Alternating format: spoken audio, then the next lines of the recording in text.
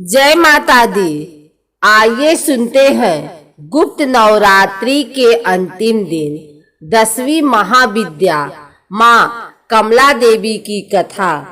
श्रीमद् भागवत के 8वें स्कंद में देवी कमला के उद्भव की कथा प्राप्त होती है।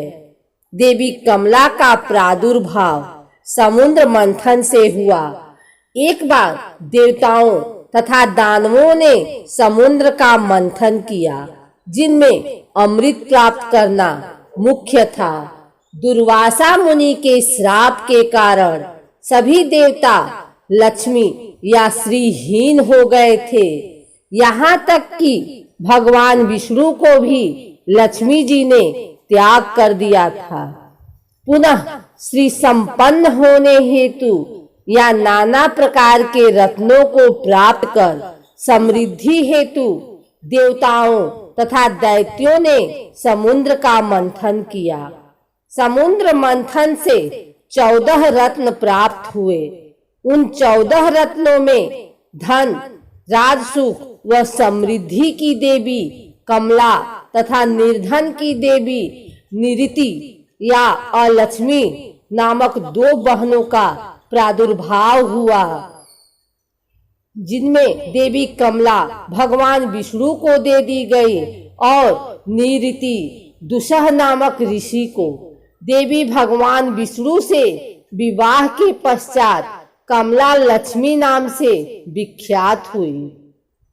तत्पश्चात देवी कमला ने विशेष स्थान पाने हेतु श्री विद्या की कठोर आराधना की। उनकी आराधना से संतुष्ट हो देवी त्रिपुरा ने उन्हें श्री उपाधि प्रदान की तथा महाविद्याओं में स्थान दिया। उस समय से देवी का संबंध पूर्णतः धन, समृद्धि तथा राज सुखों से है। देवी सत्व गुण से संबंध है। धन तथा सौभाग्य की अधिष्ठात्री देवी है। स्वच्छता, पवित्रता, निर्मलता देवी को अति प्रिय है तथा देवी ऐसे स्थानों में ही वास करती हैं। प्रकाश से देवी कमला का घनिष्ठ संबंध है। देवी उन्हीं स्थानों को अपना निवास स्थान बनाती हैं जहां अंधेरा न हो।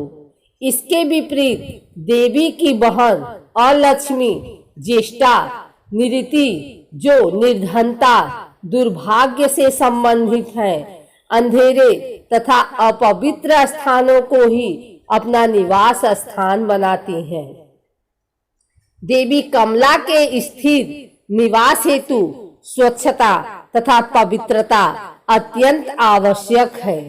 देवी की आराधना तीनों लोकों में सभी के द्वारा की जाती। दानव या दैत्य, देवता तथा मनुष्य सभी को देवी की कृपा की आवश्यकता रहती है, क्योंकि सुख तथा समृद्धि सभी प्राप्त करना चाहते हैं। देवी आदिकाल से ही त्रिभुवन के समस्त प्राणियों द्वारा पूजित हैं।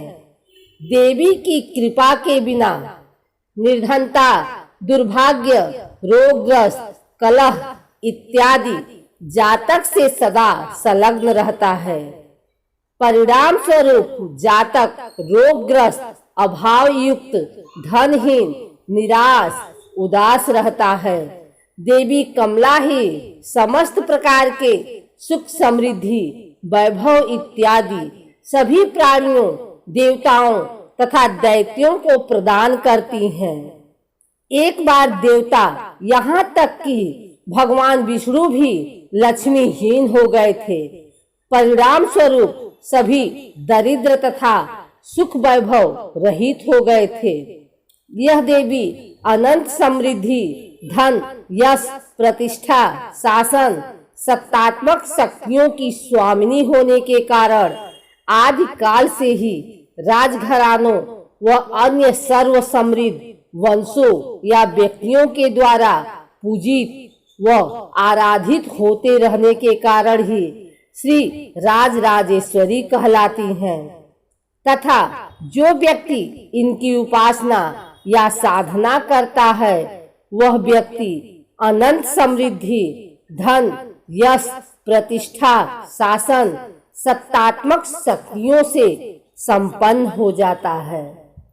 सभी धर्मों के अंतर्गत कमल पुष्प को बहुत पवित्र तथा महत्वपूर्ण माना जाता है, आवश्यक है तथा सभी देवताओं पर कमल पुष्प निवेदन कर सकते हैं। कमल की उत्पत्ति मैले गंदे स्थानों पर होती है, परंतु कमल के पुष्प पर मैल गंदगी का कोई प्रभाव नहीं पड़ता है। कमल अपनी दिव्य शोभा लिए सर्वदा ही पवित्र रहता है तथा दिव्य पवित्रता को प्रदर्शित करता है।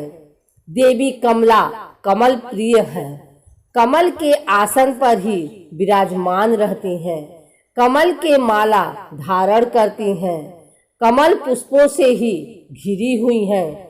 महाविद्या कमला के ध्यान में बताया गया है कि इनकी कांति सुवर्ण के समान है। हिमालय के सदृश श्वेत वर्ण के 4 हाथी अपने सूंड में 4 सुवर्ण कलश लेकर इन्हें स्नान करा रहे हैं। ये अपनी 2 भुजाओं में वर एवं अभय मुद्रा तथा 2 भुजाओं में 2 कमल पुष्प धारण की हैं। इनके सिर पर सुंदर किरीट तथा तन पर रेशमी परिधान सुशोभित है। एक कमल के सुंदर आसन पर आसीन है। समृद्धि की प्रतीक महाविद्या कमला की उपासना स्थिर लक्ष्मी जी की प्राप्ति तथा नारी पुत्रादि के सौख्य के लिए की जाती है। कमला को लक्ष्मी माता तथा षोडशी भी कहा जाता है। भार्गवों के द्वारा पूजित होने के कारण इनका एक नाम भार्गवी है। इनकी कृपा से पृथ्वी पतित्व तथा पुरुषोत्तमत्व दोनों की प्राप्ति हो जाती है। भगवान आद्य शंकराचार्य के द्वारा वीरचित कनकधारा स्तोत्र और श्री सूक्त का पाठ, कमल गट्टों की माला पर श्री मंत्र का जाप, बिल्व पत्र तथा बेल फल के हवन से कमला देवी की विशेष कृपा प्राप्त होती है। स्वतंत्र तंत्र में कोलासुर के वध के लिए इनका प्रादुर्भाव होना बताया गया है। वाराही तंत्र के अनुसार प्राचीन काल में ब्रह्मा, विष्णु तथा शिव द्वारा पूजित होने के कारण कमला का एक नाम त्रिपुरा प्रसिद्ध हुआ। कालिका पुराण में कहा गया है कि त्रिपुर शिव की भार्या होने से इन्हें त्रिपुरा कहा जाता है। शिव जी अपनी इच्छा से त्रिधा हो गए। उनका ऊर्ध्व भाग गौरवर्ण 4 भुजा वाला चतुर्मुख ब्रह्म रूप कहलाया। मध्य भाग नीलवर्ण 1 मुख और चतुर्भुज विष्णु कहलाया तथा अधोभाग स्फटिक वर्ण पंचमुख और चतुर्भुज शिव कहलाया। इन तीनों शरीरों के योग से शिव त्रिपुर और उनकी शक्ति त्रिपुरा कही जाती है। चिंतामणि गृह में इनका निवास है। भैरवामल तथा शक्ति लहरी में इनके रूप तथा पूजा विधान की विस्तृत वर्णन किया गया है। इनकी उपासना से समस्त सिद्धियां सहज ही प्राप्त हो जाती हैं।